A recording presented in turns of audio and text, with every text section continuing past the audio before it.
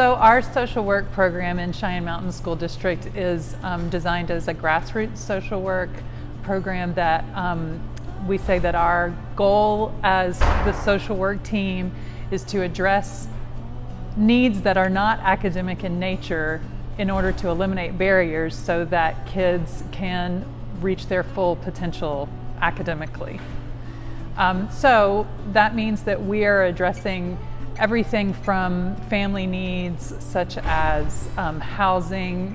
food insecurities, job resources, and that things that are outside of the school setting, as well as addressing things like suicidal ideation. We do threat assessments, so we're part of the response and intervention and prevention of those sorts of safety issues for our students. I think that we just work collaboratively not only with school staff, but also with the community in trying to branch out and gain expertise from all sorts of systems our students are involved in. Well, I think by addressing those needs and like eliminating those barriers for our students, we are helping to support their overall mental health and wellness, which are often things that get in the way and produce safety issues. So the more that we are able to address those barriers, hopefully we're preventing safety issues from arising. And also say with the creation of our building in district-wide vortexes, we can start tracking risk factors for students and compounding risk factors and also trauma in our students to identify possible crises that students may have. In our district, I serve our junior high and high school. I would say certainly at those levels, the most common things that I address are suicidal ideation, so in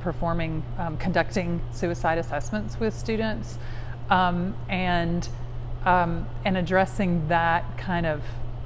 those stress factors before they get as far as suicidal ideation, but really helping students learn how to manage their stress and their overall mental health, and then also financial need and the sort of impact that has on a student's ability to engage in school and feel like a part of the school community when they're struggling outside of school. So I work at the elementary levels, and what we see is a lot of anxiety, kind of a lot of trauma that might present as behaviors. So we're working a lot with staff and recognizing that behavior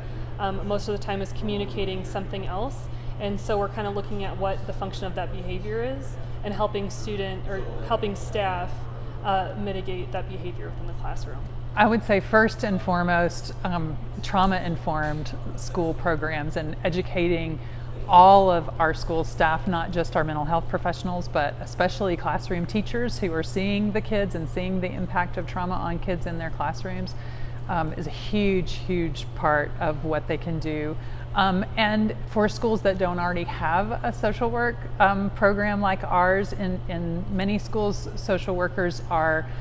SPED service providers, which is great. But this is also another way to employ the social work profession to address needs of kids and try to address those barriers and things that can turn into bigger issues if they're not addressed preventively. And just to add on that, one of the great things that Colorado Department of Education did is that they made a Project Aware grant, and so that allows mental health professionals in schools to be trained in youth mental health first aid, so that we can train teachers, staff, community members. We work with faith-based entities within our communities on knowing the signs and symptoms of different mental health concerns they have, and also how to intervene in crisis.